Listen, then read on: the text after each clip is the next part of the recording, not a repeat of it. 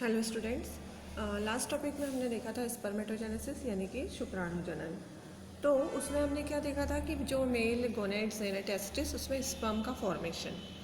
अब आज हम देखेंगे oogenesis यानी कि अंडाणु जनन।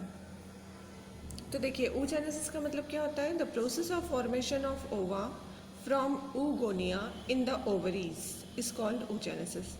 यानी ओवरीज में अंडाशय में अंडाणु बनने की जो प्रक्रिया है वो क्या कहलाती है? oogenesis या अंडाणु जनन कहलाती है। और इसमें भी 3 फेजेस होते हैं, जैसे हमने स्पर्मेटोजेनेसिस में देखे थे। तो इसमें भी 3 फेज है, मल्टीप्लिकेशन फेज, ग्रोथ फेज और मैच्योरेशन फेज। ठीक है। तो सबसे पहले देखिए क्या हो रहा है कि जो मदर सेल है वो क्या है? 2n। और बर्थ के समय ही हमने पहले भी पढ़ा था कि जब एक फीमेल एम्ब्रियो होता है तो उसी में ये सारी प्रोसेस होने लगती है, और बर्थ के समय ही बहुत सारे क्या रहते हैं? ओवरी में ये रहेंगे। ठीक है। तो ये इसकी खास बात है। तो देखिए सबसे पहले इसमें क्या होता है? Multiplication phase. देखिए जो गैमेट मदर सेल है 2n है, at the birth many million in foetal ovary, यानी बर्थ के समय ही जो ओवरी में है ये बहुत मिलियन की संख्या में होते हैं। फिर उसके बाद prophase 1 of meiotic division temporary arrested in this stage, यानी इस समय ये क्या रहती है? प्रोफेज 1 जो है मेयोटिक डिवीज़न की, वो यहाँ पर रहेगी। किस लिए? टेम्परेरी स्टेज में। फिर उसके बाद प्राइमरी oocyte और ग्रेन्युलोसा सेल्स और बहुत सारे जो फॉलिकल्स हैं वो डिजनरेट हो जाते हैं फ्रॉम बर्थ टू प्यूबर्टी, यानी प्यूबर्टी आने तक। जो इनमें से जो हम बोल रहे हैं कि मिलियंस ऑफ फॉलिकल्स है, तो उनमें से बहुत सारे क्या हो जाते हैं? डिजनरेट। फिर 60,000 to 80,000 in each ovary. Puberty के समय कितने रहते हैं? 60,000 से 80,000 हर ओवरी में। और जो प्राइमरी फॉलिकल्स हैं वो किससे सराउंडेड रहते हैं? मोर, ग्रैन्युलोसा सेल एंड थीका। तो ऐसे अब हम इसके फेजेस देखेंगे। देखिए फिर ये जो पहले प्राइमरी फॉलिकल, फिर सेकेंडरी फॉलिकल्स। सेकेंडरी फॉलिकल के बीच में क्या होती है? ऐसी कैविटी होती है फ्लूइड फिल्ड, ठीक है, जिसमें लिक्विड भरा हुआ रहता है, और लेयर्स होती है। थीका इंटरना जो है वो वेस्कुलर लेयर है अंदर वाली, और थीका एक्सटर्ना जो है वो फाइब्रस लेयर है बाहर वाली। फिर थीका इंटरना जो है वो कैसी है? 10 to 15 लेयर फॉलिकल सेल्स है ना, वेस्कुलर है, 10 to 15 लेयर्स है उसमें। और जो प्राइमरी oocyte है वो कैसा है? 2n, क्या है? डिप्लॉइड है। फिर उसके बाद जो सेकेंडरी oocyte है वो कैसा है? प्राइमरी से सेकेंडरी बनेगा, और फिर सेकेंडरी में क्या होंगे? डिवीज़न होंगे। तो वो हम देखते हैं कि कैसे होते। देखिए ये जो डायग्राम है ना वो मैच्योर फॉलिकल का डायग्राम दिया हुआ है आपको, कि एक फॉलिकल जब मैच्योर, देखिए इसमें पूरी ये क्या है? कैविटी है, और ये पूरा फॉलिकल का डायग्राम है। अब ये देखिए oogenesis की प्रोसेस। तो पहला जो फेज है वो है मल्टीप्लिकेशन फेज। तो यहाँ पर क्या होता है? जो प्रीमोर्डियल जर्म सेल होती है वो डिवाइड होती है माइटोसिस से, और क्या बना लेती है? oogonia। सबसे पहले क्या बनेगा? oogonia। तो और फिर इस oogonia में क्या होगा? रिपीटेड माइटोटिक डिवीज़न, यानी बार बार उसमें माइटोसिस होगा और उसमें बन जाएगा क्लस्टर ऑफ oogonia, जिसे हम कहते हैं ओविगैरस कॉर्ड्स। ये इसमें बनता है। फिर उसके बाद ये होता है जर्माइनल एपिथेलियम के बिल्कुल पास में। जब ये oogonia में डिवीज़न स्टॉप हो जाते हैं, ख़त्म हो जाता है, oogonia में डिवीज़न होना बंद हो जाता है, तो उसे हम कहते हैं oocyte। क्या कह रहे हैं? oocyte। हर क्लस्टर, जो oocyte का हर क्लस्टर है उसमें से केवल एक ही एंटर कर पाता है ग्रोथ फेज में, और उसे हम कहते हैं प्राइमरी oocyte। जो ग्रोथ फेज में एंटर करेगा उसे हम क्या कहेंगे? Primary oocyte। और जो बचे हुए हैं remaining oocytes from follicle cells and provide nourishment to the developing ovum. बाकी क्या करते हैं कि वो फॉलिकल सेल्स बनाते हैं और जो ओवम डेवलप होगा उसको नरिशमेंट देंगे। ठीक है, तो देखिए यहाँ पर ये क्या हो रहा है, ये oogonia, ये 2n है, इसमें कंटिन्यू क्या चल रहा है, माइटोटिक डिवीजन। ये जब माइटोसिस होगा तो सारे 2n ही रहेंगे। अब इनमें से एक ये जो है ये ग्रोथ फेज में जा रहा है। ठीक है, पहले तो मल्टीप्लिकेशन फेज, यहाँ से लेकर यहाँ तक ये मल्टीप्लिकेशन फेज चल रहा है, पूरा क्लस्टर बन गया है। किसका, oogonia का, oocytes का। oogonia में जब डिवीजन स्टॉप होगा तो हमने क्या बोला, केवल एक ही ग्रोथ फेज में एंटर करेगा। तो जब सपोज ये ग्रोथ फेज में एंटर कर रहा है तो इसे हमने क्या नाम दिया है, प्राइमरी oocyte। जो ग्रोथ फेज में एंटर करेगा उसे हमने क्या नाम दिया, प्राइमरी oocyte। और बचे हुए जो है वो सब फॉलिकल सेल्स बनाएंगे जो कि डेवलपिंग ओवम को नरिशमेंट प्रोवाइड करने का काम करेगा। अब ग्रोथ फेज में क्या हो रहा है, इसकी जो ग्रोथ फेज होती है वो बहुत लंबी होती है। It varies from a few days to many year. It take about 6 to 14 days in hen, यानी मुर्गियों में ये 6 से 14 दिन का होगा। 3 year होता है फ्रॉग में, और ह्यूमन में यानी ह्यूमन वुमन में ये होता है, हमने क्या बोला कि बर्थ के टाइम ही ये सारे oocyte प्रेजेंट रहते हैं, लेकिन ग्रोथ कब हो रही है इनमें, eight the time of puberty, यानी 12 से 14 साल की एज में। तो यानी 12 से 14 साल का ग्रोथ फेज हम बोल सकते हैं। ठीक है, समझ में आ रहा है।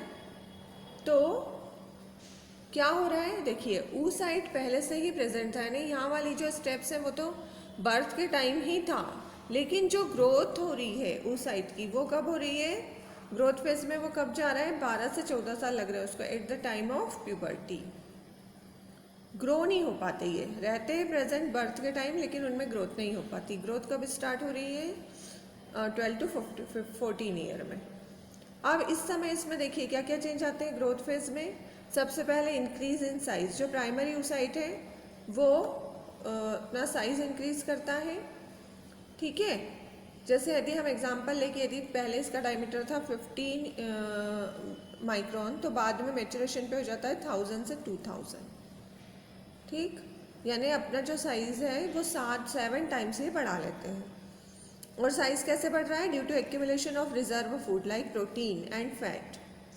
प्रोटीन और फैट जो है वो इकट्ठा होता है इसमें, और इसका जो है साइज बढ़ता है। तो पहला चेंज तो क्या आ रहा है, इंक्रीज इन साइज। फिर उसके बाद number of mitochondria increases and in certain cases they are concentrated in the same places. Mitochondria के जो नंबर है वो भी बढ़ जाते हैं। Increase the amount of ER यानी एंडोप्लाज्मिक रेटिकुलम जो है वो भी बढ़ जाएंगे, और एक्टिविटी भी बढ़ जाती है गोल्गी बॉडीज़ की। फिर होता है सिंथेसिस ऑफ योग।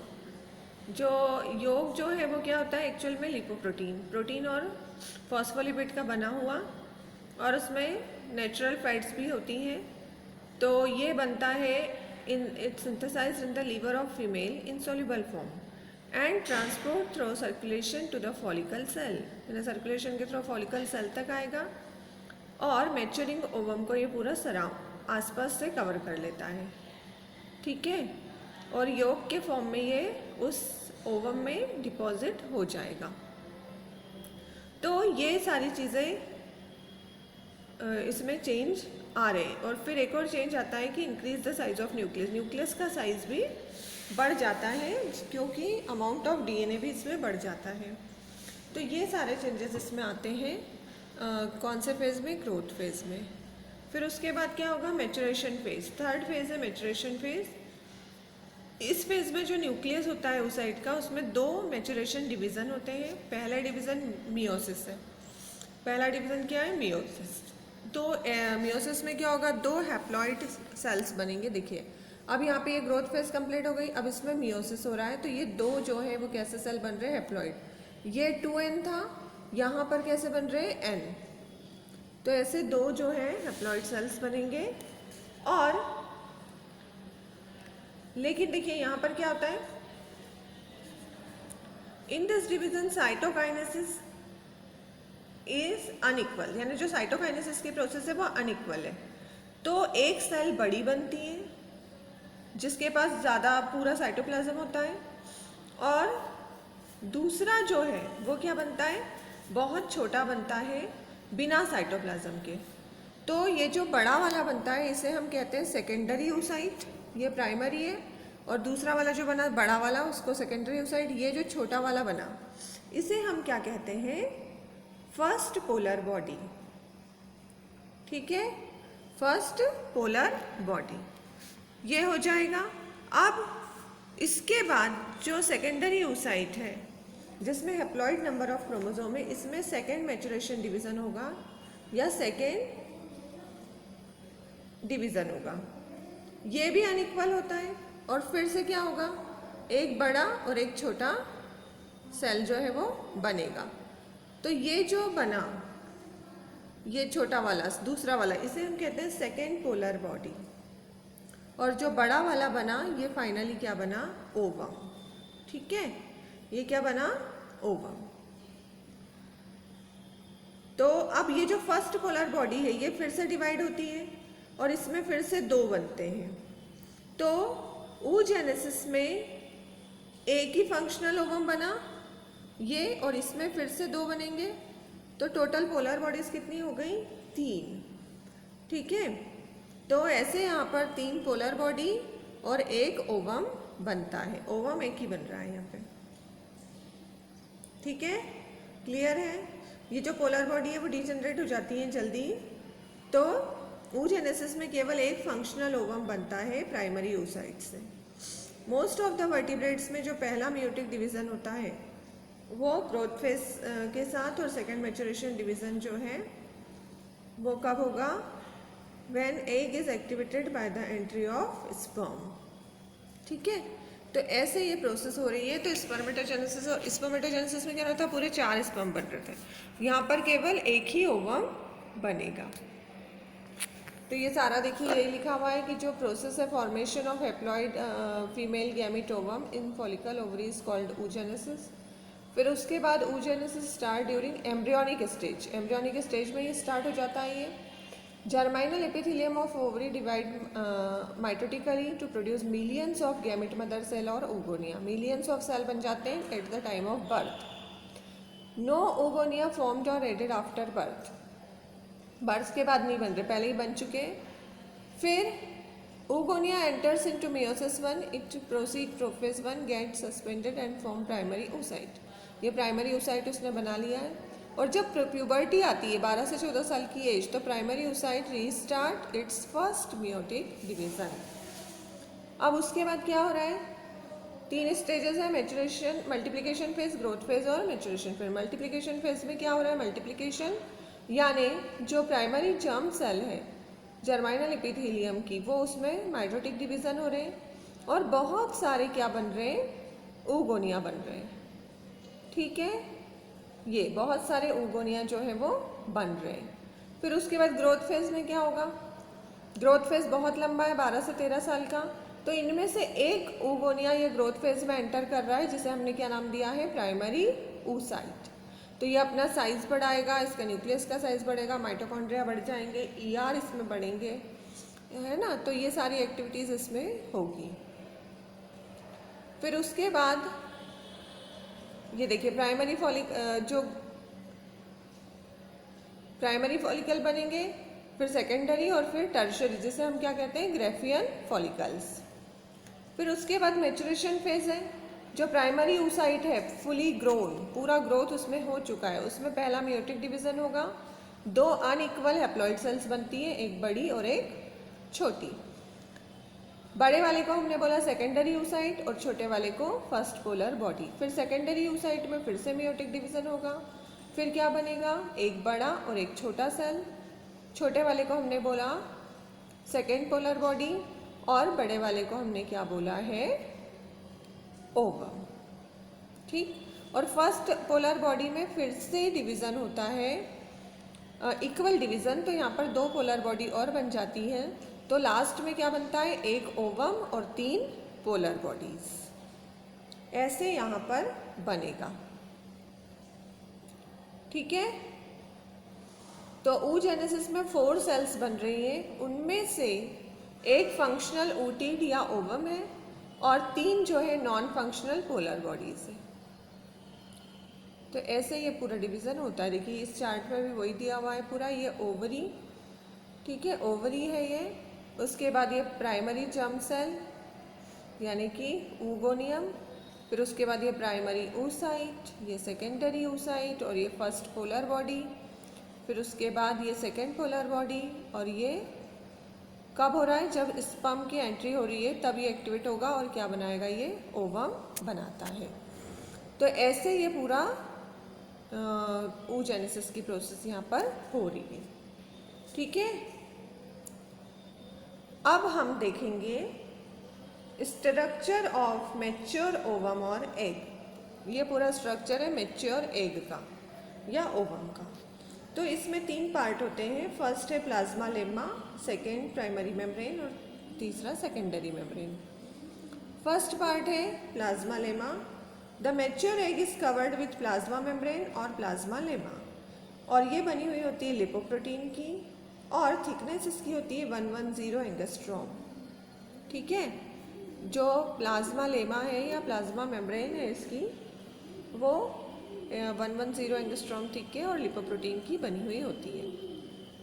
फिर प्राइमरी मेम्ब्रेन, प्लाज्मा लेमा के छोड़ के जो एग है बहुत सारे रेप्टाइल्स में और सिलेंट्रेट में, उसमें और भी एग मेम्ब्रेन्स होती है जिसे हम कहते हैं प्राइमरी और सेकेंडरी मेम्ब्रेन। प्राइमरी जो एग मेम्ब्रेन है वो प्लाज्मा मेम्ब्रेन के आसपास सीक्रेट होगी फॉलिकल सेल से। और जैसे बर्ड्स जो होते हैं, बर्ड्स में, एम्फीबियन में, मोलस्क में और इंसेक्ट में, primary egg membrane is called vitelline membrane. जो प्राइमरी एग मेम्ब्रेन है उसे हम क्या कह रहे हैं? ये देखिए, ये विटेलाइन मेम्ब्रेन।